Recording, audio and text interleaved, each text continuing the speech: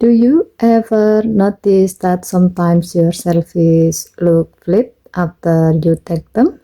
On your Samsung Galaxy S25 Ultra, you can control this with the Save Selfies as preview option. To do so, open Camera app,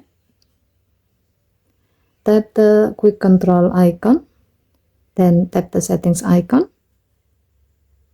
Scroll down to the Selfie section. Now, enable or disable selfies as previewed. When this option is on, your selfies will save exactly as you see them in the preview, no more mirroring. This is super handy if you are showing text on your shirt or holding on a sign, so everything looks the right way around. When this option is off, your selfies will flip like looking in a mirror, which some people prefer. So if you prefer your selfies to look exactly like what you see on the screen, you can set this option on so they are safe without flipping. But if you like the mirrored version, just leave it off.